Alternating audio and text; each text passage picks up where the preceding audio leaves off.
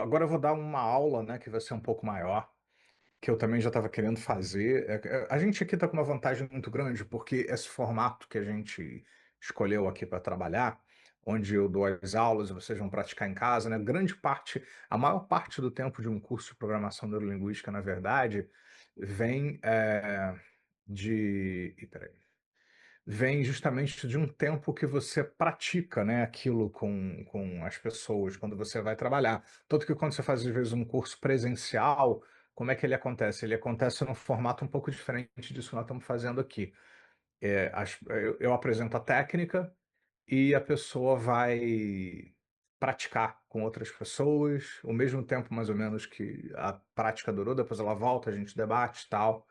Então, eu prefiro muito mais esse que a gente usa aqui, né? Então, como vocês fazem toda essa parte em casa, então a gente adiantou muito. Por isso que o Ellen volta e meia falar, estou dando técnica que eu não dei no outro master, porque não foi possível fazer isso.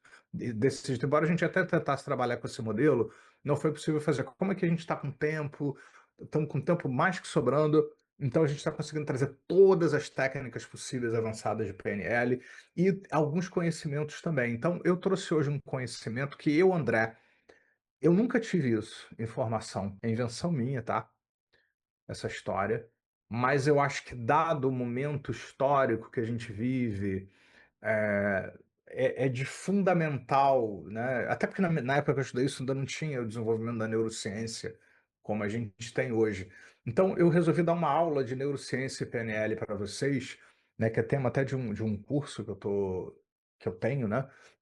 Mas eu trouxe um pouco de tudo isso no nível Master para vocês que estão chegando aqui no Master, porque tem muita gente ainda que não conhece o suficiente a PNL. Tem muitos trainers em PNL que são até fazem um trabalho bem decente, assim, mas acabam não sabendo explicar direito as coisas, né? Então, a gente precisa, para a gente mesmo, entender isso, e principalmente quando você for lidar com críticos da programação neurolinguística, a maioria dos críticos da PNL, na minha experiência, mais de 30 anos de PNL, a maioria dos críticos de PNL não conhece a PNL. A maioria das pessoas que conhece a PNL ou quer também, muda de ideia rapidinho, quer usar, ou então deixa pra lá porque não percebe que não tem por que criticar uma coisa que é legal e faz bem às pessoas. Mas hoje a gente tem o elemento da neurociência. Isso é muito importante a gente entender algumas configurações, algumas informações importantes. Então, eu vou começar aqui, depois eu vou fazer a pausa lá para o nosso café, como a gente faz, que é uma aula maior mesmo. Eu quis juntar várias informações da neurociência que são relevantes para a programação neurolinguística, porque, embora a neurociência não seja PNL e ela não tenha nenhuma relação com a PNL, o que ela está descobrindo independentemente acaba explicando o porquê que a gente tem sucesso na PNL.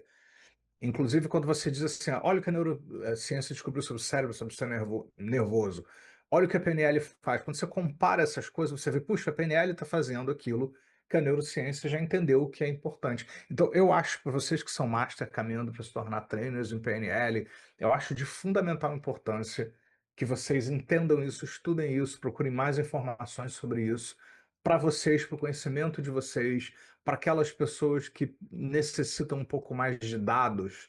Vocês vão estudar no Trainers Training, inclusive, nós vamos falar um pouquinho sobre isso no último módulo. No formato, algumas pessoas querem saber o que você está estudando, outro quer saber como, outros querem saber o que mais. Então, você tem várias possibilidades aí, e algumas pessoas vão querer saber mais fundamentos da programação neurolinguística, por que que a PNL funciona. Então, PNL e neurociência potencializando o desenvolvimento humano através da ciência comportamental. Então, explore a convergência revolucionária, eh, entre os princípios da PNL e os avanços mais recentes da neurociência, o que vai solidificar o seu entendimento sobre os padrões de pensamento e comportamento, como eles podem ser transformados, embasados por rigorosas evidências dos processos cerebrais para alcançar excelência pessoal e profissional. Ok? Então, considerações éticas preliminares, ou seja, aqui não é para substituir terapia nem nada disso.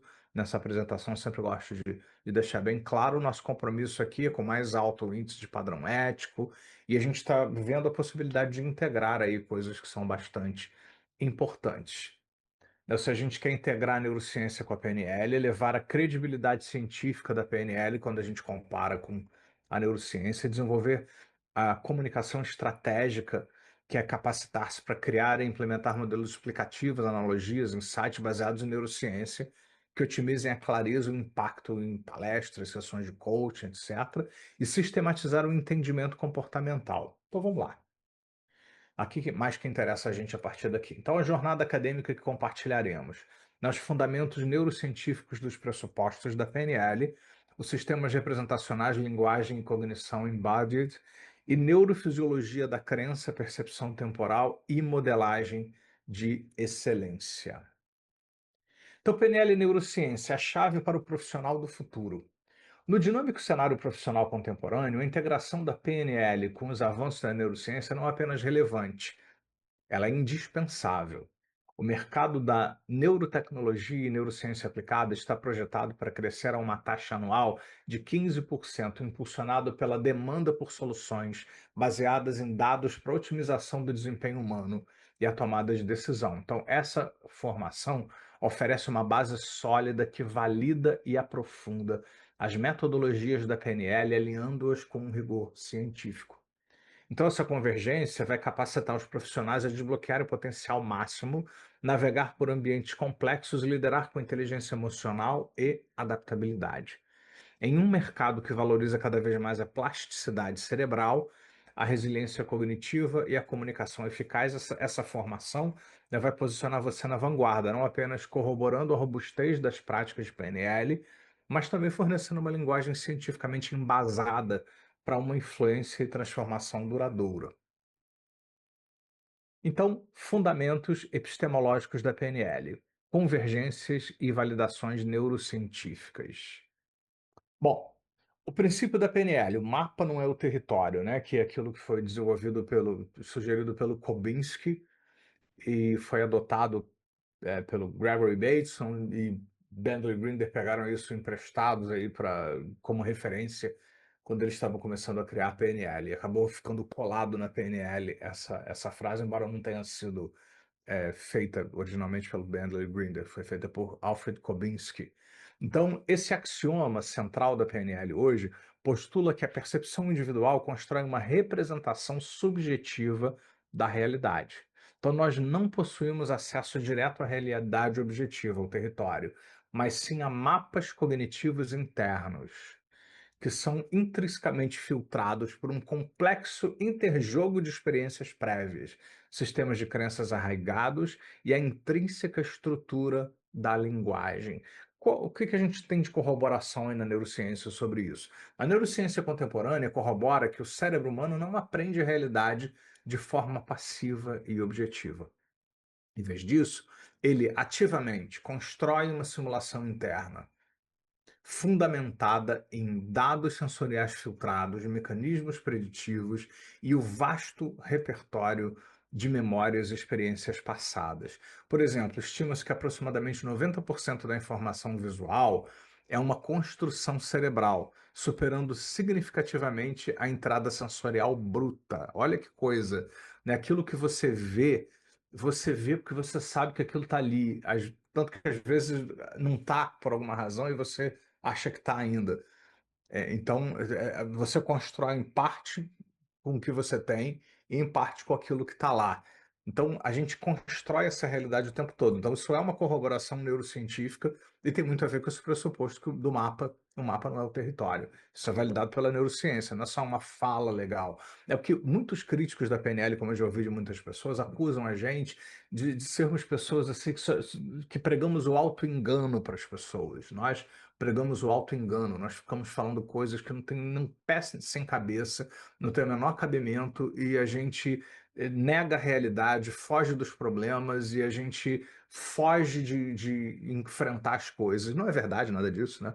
Então a gente nega tudo isso e a gente fica achando justificativas para poder ser dessa maneira. Só que agora a gente está vendo que a neurociência apoia muito daquilo que a gente faz, ou seja, a gente faz coisas que têm a ver com o que a neurociência pensa sobre como as coisas são. Então, a implicação metodológica no âmbito da PNL, as estratégias de mudança não visam a alteração da realidade extrínseca, mas sim a reestruturação e otimização dos mapas neurais, ou seja, os modelos internos de mundo, pelos quais o indivíduo interpreta, processa e interage com a sua própria experiência. Isso tem uma base neurocientífica. Né? Cada cérebro é único, tal como uma impressão digital. Cada pessoa é única, cada cérebro é único também. Então você tem a singularidade neuronal, né? A complexidade da rede neural humana assegura que não existam duas arquiteturas cerebrais idênticas, nem gêmeos univitelinos. Essa unicidade, embora gêmeos univitelinos tenham muitas coisas parecidas e muitas reações próximas um do outro. Isso já foi estudado, inclusive, em gêmeos que foram afastados, mas não é igual. Essa unicidade é determinada pela intricada interação entre a predisposição genética, as influências epigenéticas e a vasta gama de experiências individuais ao longo da vida. Né? Então, epigenética é uma coisa muito importante, porque você teria uma tendência genética e muitas vezes você vai, seja para o bem, seja para o mal, contra esse mapa genético e faz um resultado completamente diferente daquilo que era esperado pelo mapa genético. Desde adoecer quando não era para você adoecer ou não adoecer quando era para você adoecer. Então, plasticidade e adaptação, a capacidade de neuroplasticidade, que é o que a PNL faz, joga com a neuroplasticidade o tempo todo. Permite que cada indivíduo desenvolva e otimize padrões sinápticos distintos, que são as reações neuroquímicas entre os neurônios, né? Isso resulta em métodos de processamento de informação que são inerentemente pessoais e altamente adaptativos às demandas do seu ambiente e cognição. Né? Porque a PNL, uma das coisas que a PNL sempre colocou é que cada um é um e você tem que entender como que a pessoa, mapear o que está acontecendo com a pessoa. Isso a PNL empiricamente detectou isso originalmente, mas hoje a neurociência mostra que nós realmente somos assim, né? Não é todo mundo tem um Édipo, né? Nós realmente temos essa coisa única e por isso você tem que olhar para cada pessoa como única. Fundamentação da PNL. A PNL, ao reconhecer essa individualidade, postula que não existe um modelo cognitivo correto, universal, como muitas terapias tentam em vão propor. Em vez disso, focamos na identificação e potencialização de padrões neurais que são contextualmente mais eficazes e úteis para os objetivos do indivíduo. Então, neuroplasticidade, o fundamento neurobiológico da adaptabilidade cerebral. Por que que esse conceito ele é muito importante? O cérebro que você tem hoje não é o mesmo cérebro que você tinha ontem, e não será o cérebro de amanhã. Essa observação encapsula a essência da neuroplasticidade. Né? A neuroplasticidade é uma propriedade intrínseca e fundamental do sistema nervoso central. Denota a capacidade notável do cérebro de modificar a sua estrutura. Até fiz pausa. E função em resposta à experiência, aprendizado e lesão. Ou seja, se você sofre uma lesão, você às vezes recupera usando outras partes do cérebro. Se você aprende e tem experiências, você faz a mesma coisa também, tá? E é o que a PNL gera o tempo todo. O que é a PNL? Um processo que te convida o tempo todo para deixar de pensar exatamente como você pensava e abrir o mapa para pensar de outras formas diferentes. Logo, isso gera neuroplasticidade, afeta e usa do potencial de neuroplasticidade para as coisas acontecerem. Então, essa adaptabilidade é observada em diversos níveis, desde alterações na força das conexões sinápticas, até o remanejamento de redes neurais inteiras.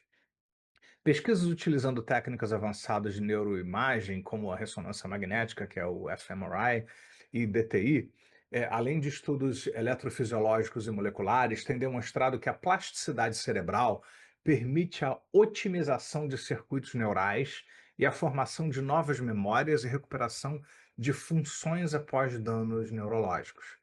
Então, a compreensão aprofundada desses mecanismos plásticos fornece um robusto embasamento para abordagens que visam aprimorar a cognição, como faz a PNL, e o comportamento, como faz a PNL, reconhecendo que a arquitetura cerebral não é estática, mas sim um sistema dinâmico e continuamente moldado pela intenção com o ambiente. Eu já vi várias pessoas também me dizerem que a PNL não funciona, porque a gente já formou tudo que tinha que ter formado até certa idade. Isso não é verdade. Já se sabe que não é bem assim. Você grava vários padrões e tal, mas você é uma máquina em transformação o tempo todo. Então, sim, o que a gente faz todo sentido. Então você tem 86 bilhões de neurônios corticais, estimativa de neurônios do córtex cerebral humano adulto, a base para o processamento de informações, 100 trilhões de conexões sinápticas, número estimado de potenciais sinapses que um cérebro maduro pode formar, evidenciando a densidade da rede, e mais de 30% de alterações volumétricas, mudanças significativas na massa cinzenta e branca, observadas em estudos longitudinais de aprendizado intenso. É isso que eu sempre disse para vocês, né? Que quando eu comecei a usar PNL, eu tive muitos ganhos, mas hoje minhas reações, eu me auto-observo, né? Hoje, ao longo de mais de 30 anos usando a PNL sem parar, continuamente, praticamente todos os dias da minha vida, né? Que já está na competência inconsciente aí, muita coisa. Com certeza, as coisas todas funcionam em mim diferente por conta disso. E em todo mundo que pratica continuamente a PNL. Só que hoje eu digo isso e fica parecendo, puxa, o André é animado, né? Não, o André não é animado. Existem coisas que acontecem e mudanças que são mensuráveis quando você, longitudinalmente, ou seja, ao longo de um tempo, observando a pessoa com esses exames, essas imagens e tal, quando você tem um aprendizado intenso e você continua qualquer aprendizado intenso de qualquer coisa. Seguindo, mecanismo de neuroplasticidade da experiência à consolidação neural. Você tem o engajamento cognitivo, né, iniciação de novos padrões de pensamento, estratégias ou ações comportamentais, ativação sináptica, disparo sincronizado e engajamento de circuitos neuronais específicos em resposta ao estímulo. Então, a repetição sistemática promove a mielinização axonal e sinaptogênese, fortalecendo as conexões neurais, ou seja, quando você repete 21 vezes, como eu falo, quando você leva o exercício e repete várias vezes aquele exercício, você está gerando a mielinização axonal e sinaptogênese. Isso fortalece as conexões neurais. Ou seja, não é um barato, como muitas pessoas dizem, você vive no autoengano, você se engana e você entra num barato da sua cabeça. Não, é da minha cabeça, mas existe uma mudança na estrutura cerebral quando a gente faz essas coisas. Então, automatização comportamental, estabelecimento de um novo padrão neural otimizado, culminando na execução eficiente e automática do comportamento desejado. Então, a máxima de Donald Hebb: neurônios que disparam juntos conectam-se juntos, né? Isso a gente até acho que já falou antes, né? Isso é de 49, tem bastante tempo, né? Elucida o princípio fundamental subjacente à neuroplasticidade. Essa correlação entre a atividade neuronal e a formação de novas conexões sinápticas é crucial para compreender a aquisição de novas habilidades e modificações de padrões existentes. Ou seja, você dispara uma série de neurônios juntos nas técnicas de PNL e quando repete a técnica, eles são de novo disparados juntos, eles vão começando a funcionar em grupo, né? Ou seja, quantas pessoas não conseguiam falar em público, conseguem com técnicas de PNL, não se sentiam preparados para fazer coisas e passam, depois de repetirem processos de PNL. Então você está vendo que isso tem uma base. Consequentemente, a repetição consistente de um estímulo ou comportamento é um catalisador indispensável em qualquer processo de mudança mediado pela PNL, uma vez que facilita a otimização e a permanência das redes neurais recém-formadas. Então, quando você adquire um novo padrão, faz ponte ao futuro, repete aquele exercício várias vezes, como uma nova âncora, uma pilha de âncoras, ou qualquer coisa, né, que você faz várias vezes, você começa a disparar uma rede neural, você forma uma rede neural e você reforça e desenvolve essa rede neural quando você o faz. Isso é de fundamental importância para a gente. Bom, evidências, neurocientíficas robustas da neuroplasticidade, meditação, mindfulness, que é mais ou menos a mesma base quando você faz induções e etc. Estudos longitudinais com praticantes de meditação demonstram um aumento médio de 5% na espessura do córtex pré-frontal, essa parte da frente do hipocampo, após programas de intervenção de 8 semanas.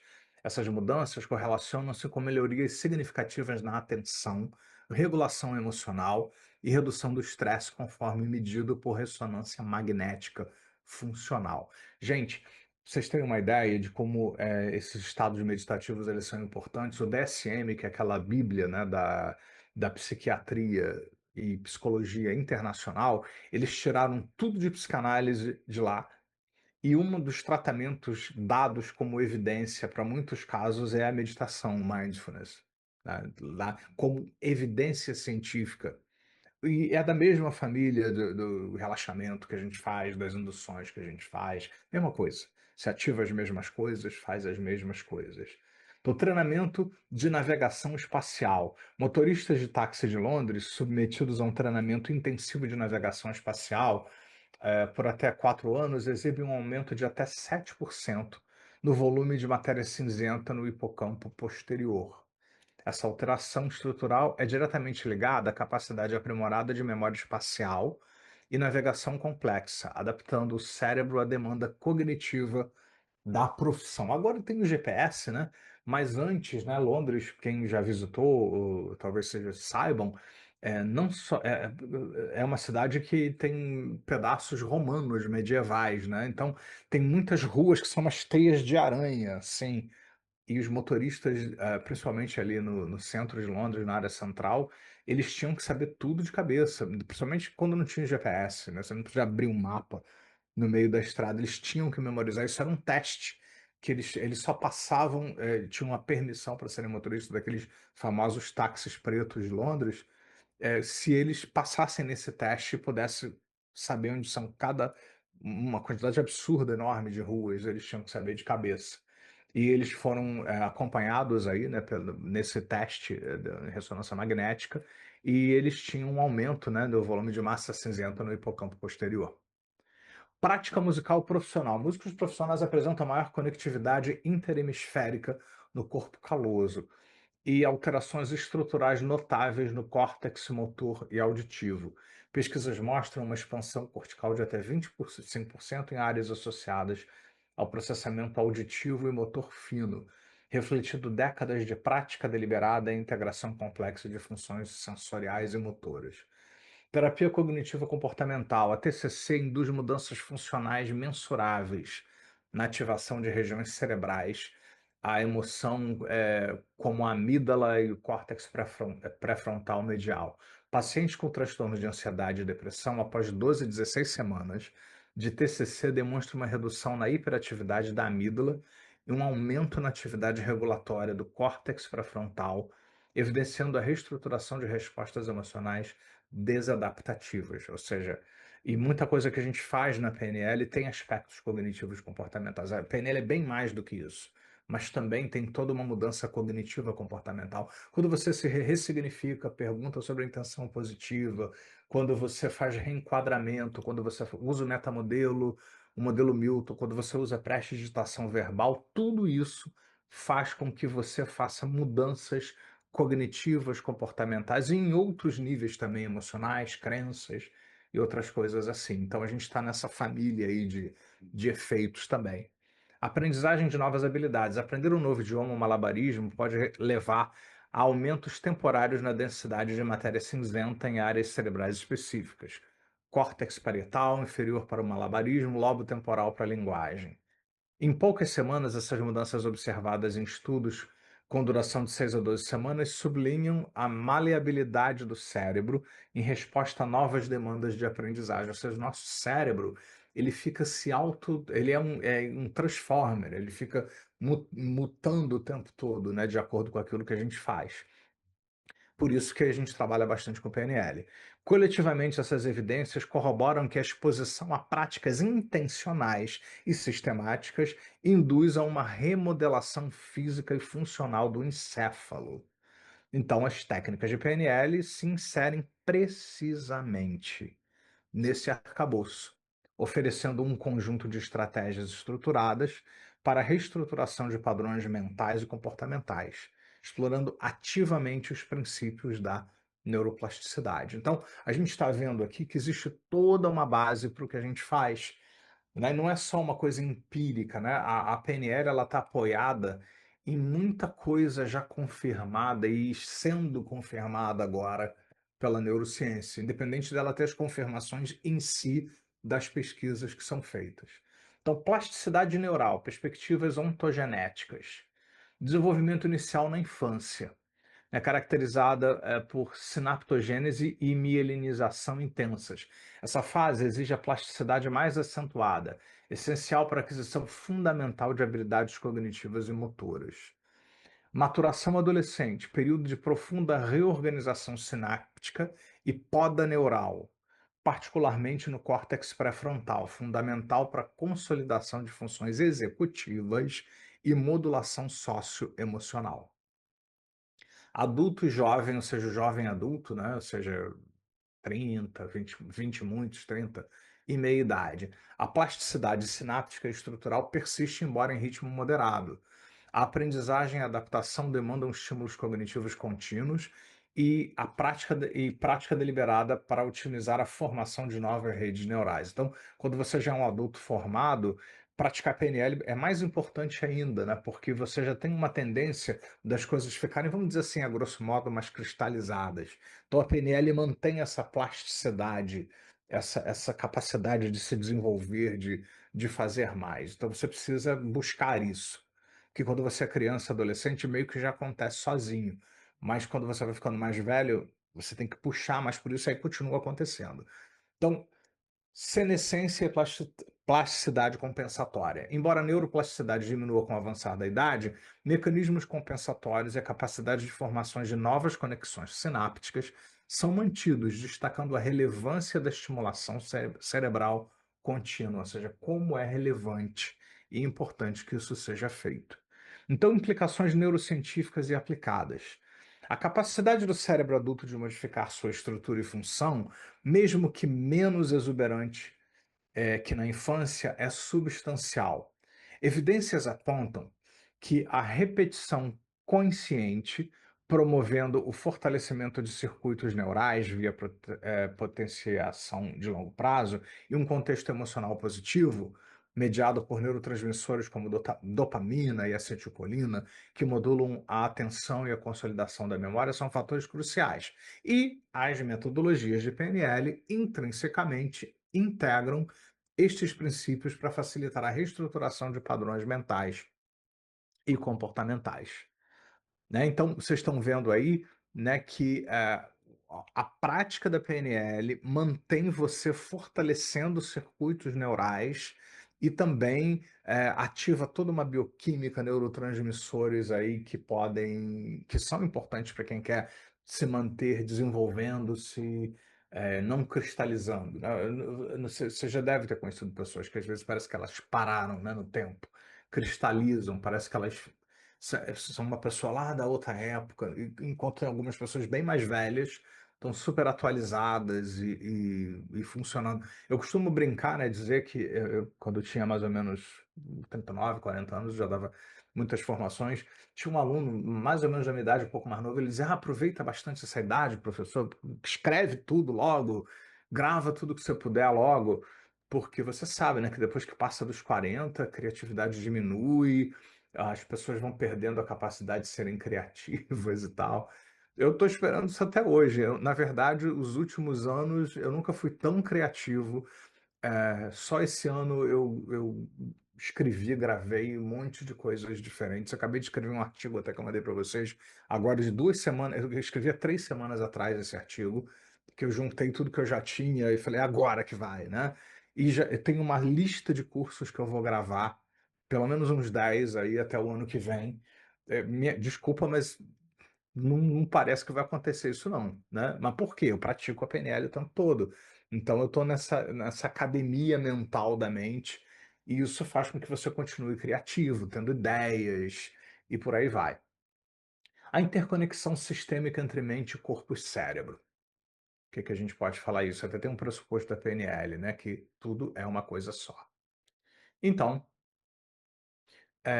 a neurociência contemporânea, em um distanciamento do dualismo cartesiano, tal como a PNL fala, estabelece que mente não é uma entidade separada do corpo. Evidências crescentes demonstram que cognição, emoção, corpo e ambiente, lembra da PNL da terceira geração, né? Constitui, e quarta, constitui um sistema intrinsecamente integrado e independente, onde cada componente influencia e é influenciado pelos demais em um fluxo contínuo de informação e regulação. Tem um neurocientista muito famoso, eu estou tentando lembrar o nome dele agora, ele escreveu um livro que se chama A Mente. Esse foi traduzido para o português. Quem achar aí até me diz, ele é famoso, ele tem vários livros. E ele diz justamente isso, que mente é uma coisa que pega o cérebro da cabeça, o intestino, o coração, onde você viu isso, né? E o ambiente onde você está. O que a gente chama de mente tem reflexos e reações nesses componentes todos aí. E o que que o Dilts fala na PNL da terceira, da quarta geração? Exatamente isso, né? Então, cérebro, centro de processamento neural, prediz padrões, integra informações e modula respostas complexas. Emoções agem como moduladores cruciais da percepção sensorial, da formação de memórias e da tomada de decisões. Relações sociais, essenciais para a regulação do sistema nervoso autônomo, influenciando o bem-estar e a resiliência psicofisiológica. Corpo, atua como substrato da experiência, expressando estados internos, influenciando ativamente processos cognitivos e emocionais, cognição corporificada. Linguagem estrutura a experiência subjetiva, a identidade pessoal e a comunicação social, mediando a interação com o mundo. E ambiente proporciona estímulos sensoriais e contextuais, moldando a neuroplasticidade e o significado das experiências vividas. Então, hoje, quando você trabalha uma pessoa, vocês que são terapeutas, a gente precisa considerar tudo isso aqui: cérebro, emoções, corpo, relações, linguagem, ambiente. Então, qualquer análise sobre alguém precisa, refletir sobre como tudo isso interage, né? Ou você não vai estar fazendo um trabalho, realmente amplo, como você poderia. Então é muito importante. O que a PNL da terceira, quarta geração aí, e as do Bandler também, o DHE, etc., tudo trabalha. Então, interconexão sistêmica entre mente, corpo e cérebro, já foi, desculpa, voltou. Cognição incorporada. A teoria da cognição incorporada, embodied cognition, postula que os processos mentais não se restringem ao cérebro, mas emergem da interação dinâmica e recíproca entre corpo e ambiente. Aquilo que aquele cientista falou, que a gente pensa que a mente é o cérebro da cabeça. O cérebro da cabeça é muito importante, mas não é tudo, a mente não está só aí, né? Quando você estuda mais profundamente hoje, a noção mudou completamente. Então, a teoria da cognição mostra isso, né? Os processos mentais não é o cérebro da cabeça, mas a interação dinâmica e recíproca entre o corpo e o ambiente.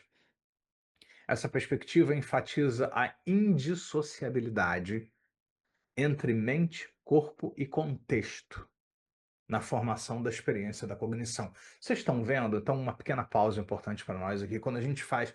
Por isso que o Dilts insiste, e eu sou obcecado nos níveis neurológicos, em fazer sempre uma análise dos níveis neurológicos, fazer a pessoa refletir sobre como estão os níveis neurológicos no estado atual e no que você está fazendo uma ponte ao futuro do estado desejado. Eu ensinei para vocês, inclusive, o tetralema, onde eu sugeri, que não está na técnica original, mas eu sugeri que vocês fizessem uma análise neurológica do estado atual no círculo da esquerda e uma análise no círculo da direita da mudança.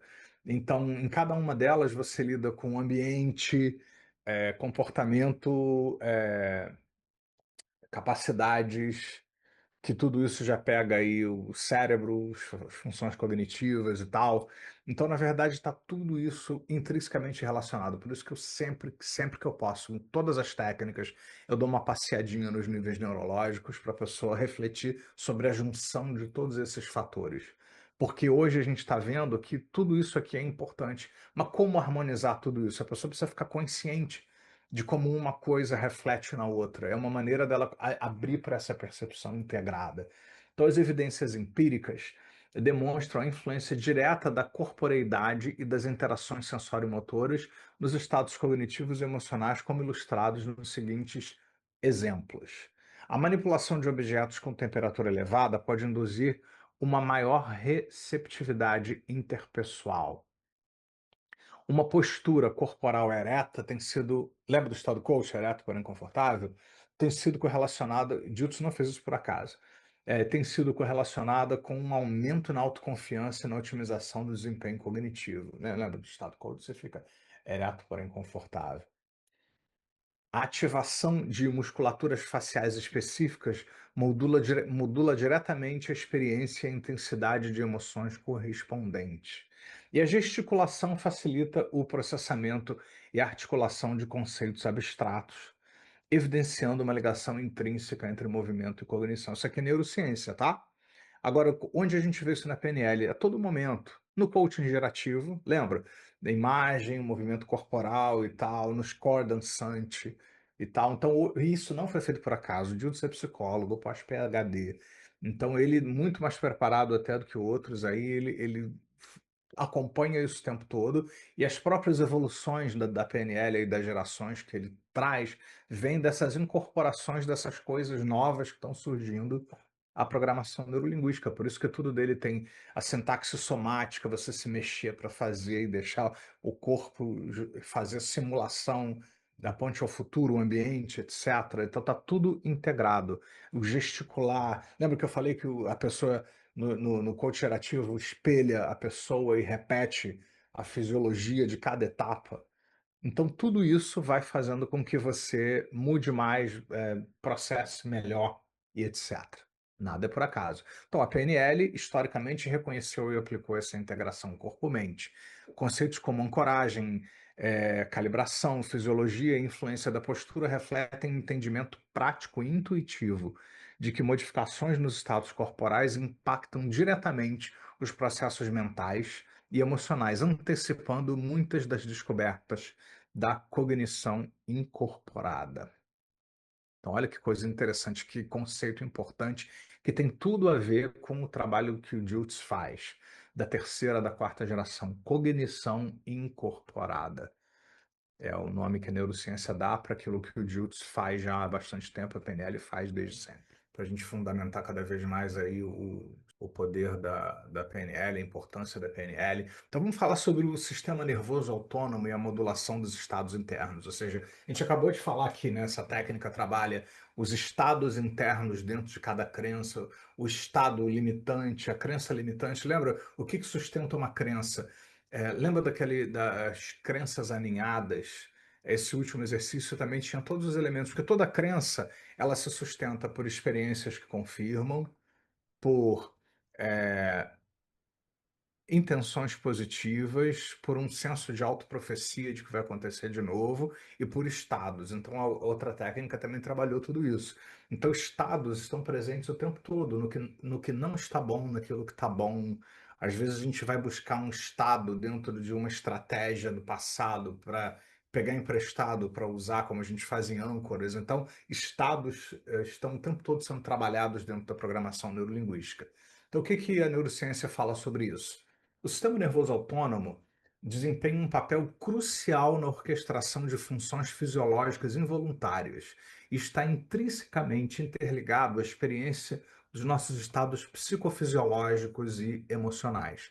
Compreender a sua dinâmica é fundamental, visto que a programação neurolinguística propõe a modulação desses estados através de um conjunto de técnicas específicas. Vocês estão vendo aqui a importância que gerenciar estados tem. Então você tem o sistema nervoso simpático, que às vezes não é nada simpático. O ramo simpático é associado à ativação, vigilância e mobilização para ação, caracterizado por aumento da frequência cardíaca, dilatação pupilar, redistribuição energética. Esse estado está associado à resposta de luta ou fuga. Lembra daquela técnica da estratégia de sobrevivência? E há períodos de alta performance ou estresse agudo. Sua função primordial é preparar o organismo para demandas energéticas imediatas. E você tem o sistema nervoso parasimpático. Em contraste, o ramo parasimpático promove repouso, recuperação e processos digestivos. Evidencia-se pela diminuição da frequência cardíaca. É por isso que depois que você come muito, às vezes dá aquele soninho, né, e tal, depois do almoço, né? Porque você tem um processo digestivo e entra em repouso e tal. Desaceleração respiratória e otimização dos processos de digestão e restauração.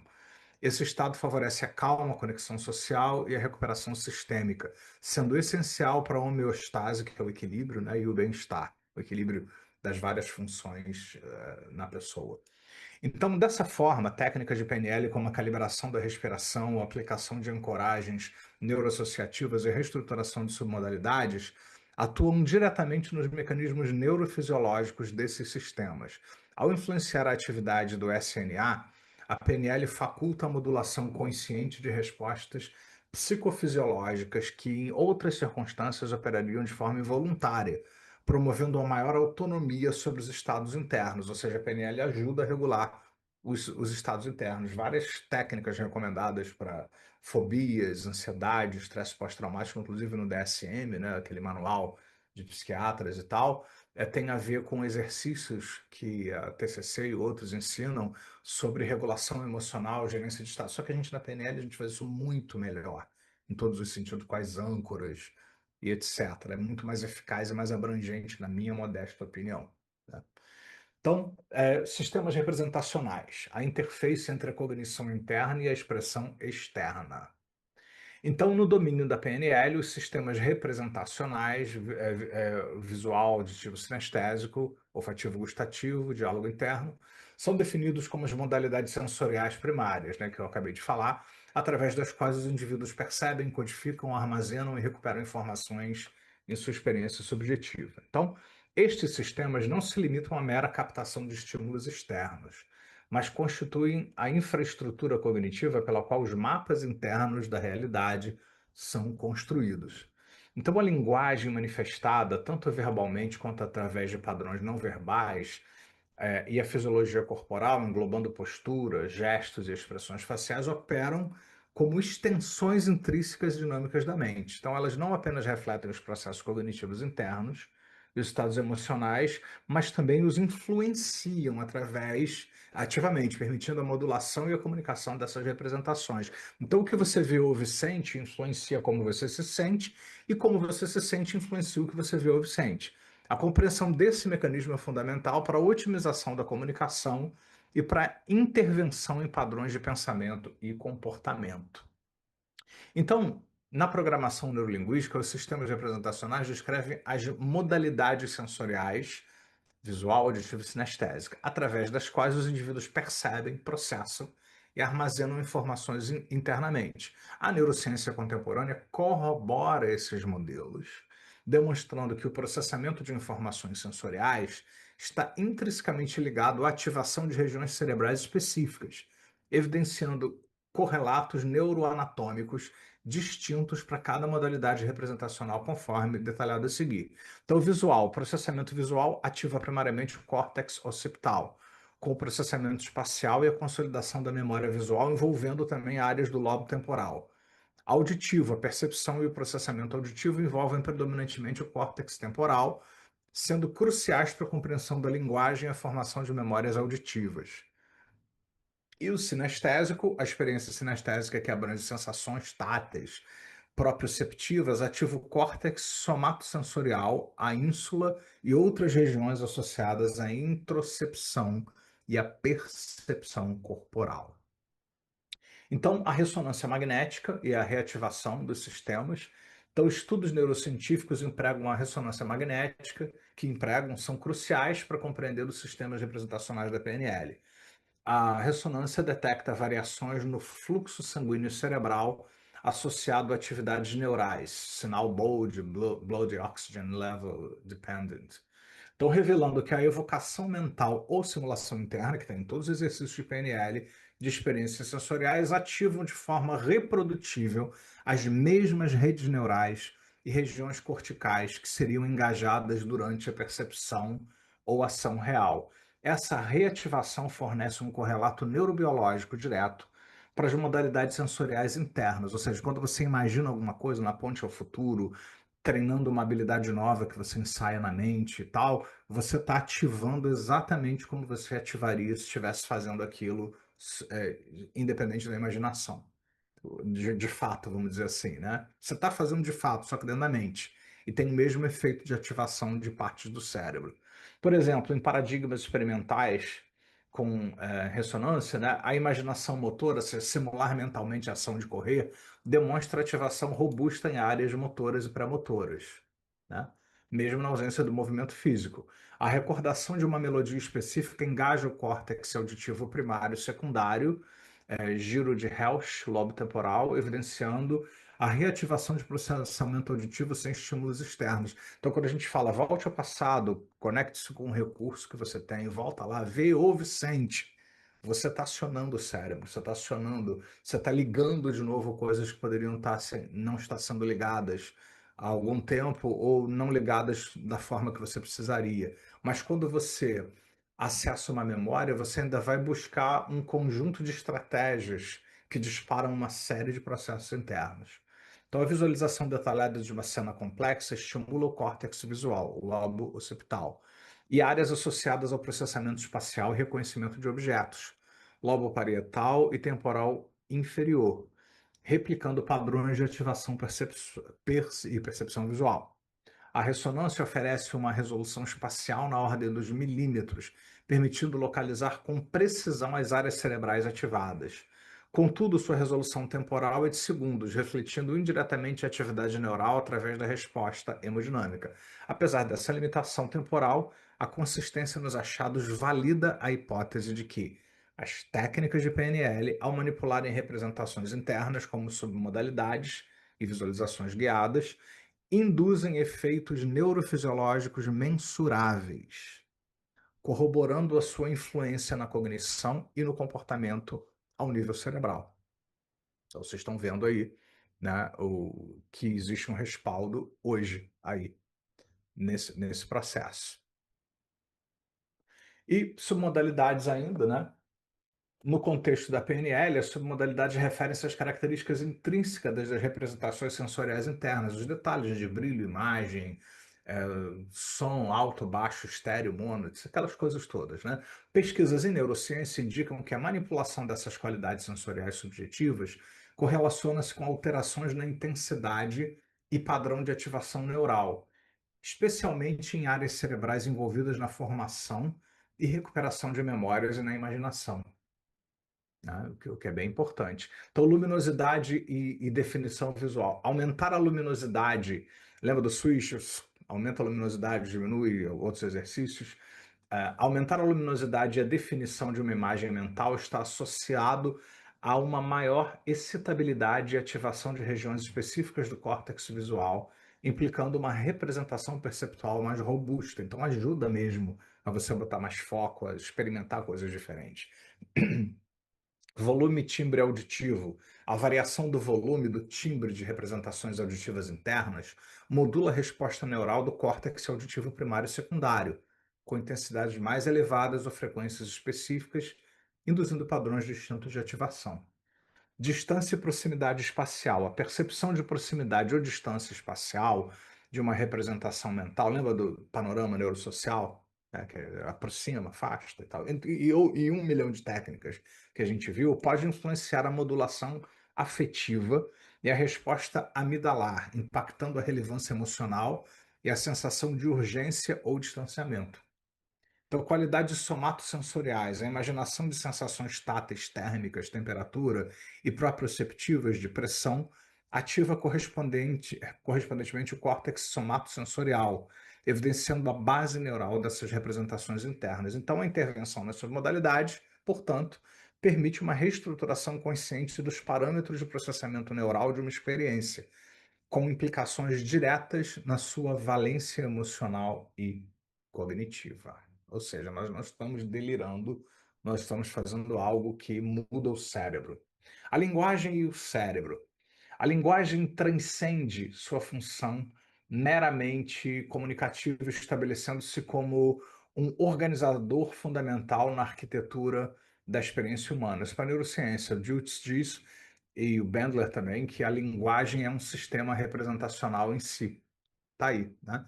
Classicamente, as áreas de Broca e Wernicke, situadas predominantemente no hemisfério cerebral esquerdo, foram associadas à produção e compreensão linguística. No entanto, a neurociência cognitiva contemporânea demonstra que o processamento da linguagem envolve redes neurais distribuídas e dinâmicas por todo o córtex, refletindo uma complexidade funcional que vai além da localização estrita. A intrínseca relação entre linguagem e cognição, ou seja, como a nossa mente computa as coisas, manifesta-se na sua capacidade de moldar a percepção, a codificação mnemônica, a categorização conceitual e, novamente, a regulação emocional. Ou seja, o que você é linguisticamente determina como você se sente, a sua vida, etc. Pesquisas em neurociência afetiva revelam que o rotulamento afetivo, a verbalização de uma emoção, é um mecanismo que reduz a intensidade subjetiva do afeto negativo, concomitantemente a um aumento da atividade córtex pré-frontal, ventromedial e uma diminuição na ativação da amígdala. Este processo sublinha o poder da linguagem em modular as respostas cerebrais e estímulos emocionais. Lembra do estado coach, né? Vá lá, primeiro círculo. O que você está sentindo? Qual o nome da emoção que você sente? O que você vê ou sente quando sente a emoção? Vai para o círculo do meio. Agora você está se vendo ali na frente, sentindo aquela emoção X. Qual é a segunda emoção Y? E você dá um nome que você sente aqui. Diltz é fogo, né? Então ele é terrível, ele sabe o que ele está fazendo muito bem. Qual o nome da segunda emoção que você sente aqui quando você se vê ali na frente sentindo aquilo ali? Então aqui nós temos uma aula técnica exatamente do porquê que esse exercício é espetacular. Eu uso a beça ele pra caramba, do estado coach, por exemplo, e vários outros que você dá um nome, né, e tal. Quando você no modelo Milton, você dá nomes, né? E esse momento maravilhoso que você experimenta, você também está nominalizando emoções, né, e tal. Então, você vai vendo aí que hoje a neurociência explica muito do que a gente faz. O metamodelo linguístico, recuperação de informação neural e reestruturação cognitiva, né? Isso é uma oportunidade para quê? Você detecta omissões, generalizações e distorções, como diz ali, né? Na representação interna da experiência. Então, essa abordagem é neurologicamente congruente. A linguagem inerentemente opera como um sistema de compreensão e modelagem da vasta e contínua da experiência sensorial e perceptiva, transmutando a riqueza da informação neural em construções verbais. Então, a aplicação correta, estratégica do metamodelo visa, portanto, a descompactar e acessar a estrutura profunda das representações mentais subjacentes à comunicação. Ao questionar essas estruturas, é possível reintegrar informações perdidas ou transformadas, promovendo uma compreensão mais rica e precisa da realidade subjetiva e, consequentemente, facilitando a reestruturação cognitiva e comportamental. No DSM novo 5TR, que é o que veio depois de 2013, uma das técnicas mais citadas é a reestruturação cognitiva. O que é isso? O que é uma estruturação cognitiva? É como o mapa ficou estruturado do significado das coisas. Quando você usa o metamodelo, isso é uma oportunidade para quê? Todas as vezes, comparado com o quê? Você vai fazendo essas perguntas, a pessoa, igual a pré-excitação verbal, a mesma coisa. Você reestrutura cognitivamente as coisas. E são técnicas, todos os modelos de linguagem da PNL, o metamodelo para a agitação verbal, o próprio modelo Milton também geram reestruturações cognitivas. E lá no DSM é uma das coisas mais eficazes para vários transtornos mentais. É a pessoa poder fazer reestruturações cognitivas em relação a vários transtornos. Então, generalização, ninguém me entende. Intervenção do metamodelo. Há alguma exceção a essa afirmação universal? Especificamente em que contextos ou quais indivíduos, ou com quais indivíduos essa generalização se aplica? Então, essa intervenção visa a facilitar a recuperação de representações neurais específicas que foram abstraídas ou obscurecidas pelo processo de generalização excessiva, reintroduzindo complexidade, nuance à experiência. Omissão, estou com medo. Intervenção. Qual objeto ou situação específica do seu temor? O que exatamente está omitindo? Vocês conhecem isso. Então, a incrição direciona a busca, direcionada à busca reativar circuitos neurais e representações sensoriais associadas à experiência original, preenchendo lacunas informacionais e permitindo acesso a recursos. E distorção, ele me deixa nervoso. Intervenção, de que maneira específica as ações dele são interpretadas por você para resultar nessa sensação de nervosismo? Qual o processo interno pelo qual você atribui o poder de gerar essa emoção a outra pessoa? Então, aqui você convida a análise do processamento de transformação subjetiva da informação, restaurando a agência do indivíduo sobre suas respostas emocionais, ou seja, a pessoa tem mais controle sobre isso, e revelando os mecanismos neurais subjacentes à sua construção da realidade. Então, nominalizações e abstração neural. Tudo são elementos do metamodelo que a gente está vendo, né?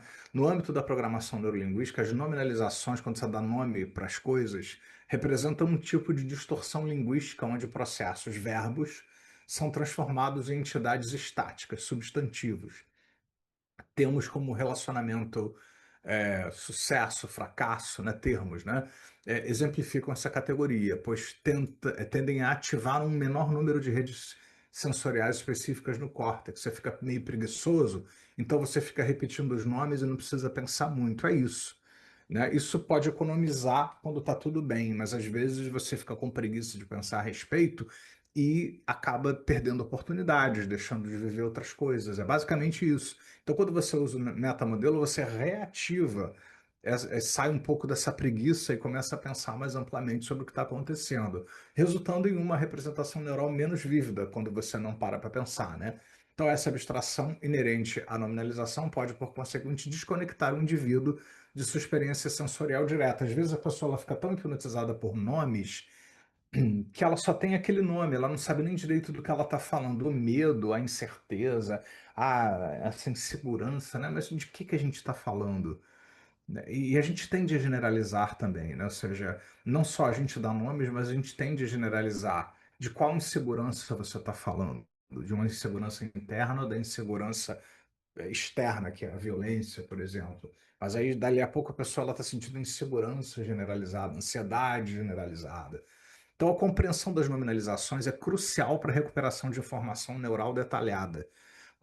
Quando, por exemplo, um indivíduo expressa preciso de mais motivação, a maioria dos psicólogos diz assim: ah, tá, eu quero saber o que é motivação para você. É, de que motivação você está falando? Quando você diz motivação, o que você quer dizer com isso? A pessoa ela começa a se conectar com a realidade de novo quando você faz perguntas do metamodelo. Lembra que o Bandler falou lá na. Não, o Bandler não, o John Grinder falou naquele encontro que a gente viu juntos até, que a CIA, o FBI, tudo eles usam metamodelo, né, de tão bom que é. Está empregando uma nominalização que condensa um processo dinâmico em um conceito abstrato. A intervenção apropriada através de perguntas precisas como especificamente você se motiva? Tem o objetivo de direcionar o processamento cognitivo para o acesso aos componentes sensoriais, visual, auditivo, sinestésico, olfativo e gustativo, que constitui o processo sensorial original. Essa técnica facilita a reconexão com a experiência concreta, permitindo a identificação e a reestruturação de padrões comportamentais e emocionais. Às vezes a pessoa ela fica num sofrimento grande, repetindo os mesmos nomes, as mesmas expressões e tal, e de repente quando você faz um processo de terapia onde também você usa o metamodelo, o que você consegue com aquilo? você consegue que a pessoa ela é, pare de só ficar sofrendo e pense sobre o que está acontecendo, porque quando você usa o metamodelo, você ativa uma série de outras coisas e com isso você consegue sair daquele padrão de repetições que às vezes é só repetição, uma coisa ancorada naquele nome. E a pessoa está desconectada da realidade e daquilo que ela pode fazer. Isso para terapia é fundamental. O metamodelo, ele é fundamental. Eu uso o metamodelo todos os dias. Eu não penso assim mais. Eu não faço há muito tempo. Vou usar um metamodelo. Isso não existe mais na minha vida.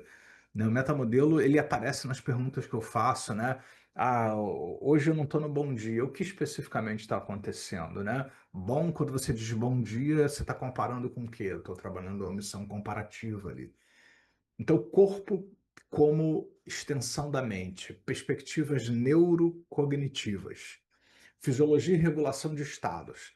Alterações deliberadas na postura corporal, no padrão respiratório e nas expressões faciais modulam diretamente a ativação de redes neurais e a bioquímica cerebral. Lembra do coaching gerativo?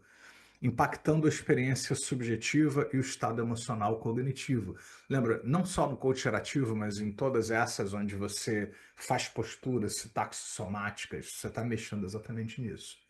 Sistemas de neurônio espelho e sincronia. A atividade dos neurônios espelho propicia uma ressonância automática e inconsciente com a fisiologia alheia, o que acontece no rapport, estabelecendo um fundamento neural para a empatia e a construção de rapport interpessoal. Ou seja, em vez de ser um barato de você tentar acompanhar outra pessoa, a gente já sabe hoje, tem várias evidências que apontam para os neurônios espelhos. É como se os neurônios das pessoas eles fossem sincronizando o funcionamento ali, o campo, né? Criar o campo, né? Entre no estado coach, né? Que a gente aprendeu, né? O terapeuta e o cliente fazerem o campo. Você está mexendo aí com os neurônios espelho também. Cognição encorpada e semântica gestual. Longe de serem meros apêndices na comunicação verbal, os gestos desempenham um papel integral no processamento cognitivo. Não, no estado coach, você faz um gesto em loop que fica representando aquilo que você está sentindo, outras técnicas também, do Jutsu, principalmente. Os gestos desempenham esse papel, facilitando a formulação, organização e articulação dos pensamentos complexos. Olha quanta coisa interessante, né? A conexão neuronal entre mente e corpo. A interocepção, em uma perspectiva neurocientífica, que é essa conexão neural entre mente e corpo, constitui a capacidade intrínseca do sistema nervoso central de monitorar e interpretar os sinais e as condições fisiológicas provenientes do ambiente interno do organismo. Estes incluem, mas não se limitam a batimentos cardíacos, atividade respiratória, tensão muscular e sensações viscerais. O córtex insular emerge como uma região cerebral primordial nesse processo, atuando como um hub, né, uma coisa que integra, como se fosse uma central telefônica, né, de informações sensoriais viscerais e contribuindo para a experiência subjetiva do estado corporal. Indivíduos que demonstram maior acuidade interoceptiva frequentemente exibem uma consciência emocional mais refinada, a inteligência emocional, né? E uma capacidade superior de autorregulação afetiva. Intervenções psicoterapêuticas, a exemplo da PNL e outras abordagens somáticas, rotineiramente empregam questionamentos direcionados à somatização das emoções. Onde no corpo você percebe essa sensação? Tal prática, que tem várias técnicas de PNL que a gente faz, transcende a mera metáfora, porque todo mundo pensava que era isso, é uma metáfora que ele está fazendo, mas não é. Representando uma estratégia de ativação de redes neurais interoceptivas, o que facilita o acesso e a subsequente modulação dos estados emocionais através do feedback fisiológico. Então você tem aí 60% de prevalência de baixa acuidade interoceptiva na população, ou seja, como as pessoas estão desconectadas de tudo isso. Isso é uma grande verdade. Vocês vão ver mais detalhes sobre isso em uma série de estudos aí. E você tem 2 vezes mais melhora da acuidade com treinamento direcionado à percepção somática. Então, toda vez que você refletir, as terapias não fazem muito isso, tá? Geralmente, as terapias tradicionais, a pessoa pergunta: o que que você está sentindo? Mas não tem essa conexão deliberada. Onde no corpo você sente o quê? Quando você diz isso, o que que seu corpo responde? Porque a PNL, ela conecta tudo isso e faz você já perceber que tudo isso está interconectado, mesmo que você não precisa explicar isso. A própria técnica, quando você percebe o que você sente, o que você vê, o que que você ouve e processa tudo isso, como isso reflete no corpo, a própria técnica leva você a uma reflexão que você nunca fez sobre o que compõe a sua experiência.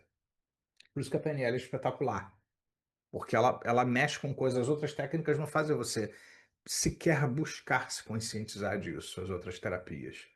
Só se a pessoa quiser fazer por ela. E nem sempre ela sabe que ela precisa fazer isso. Rapport e coerência neural interpessoal.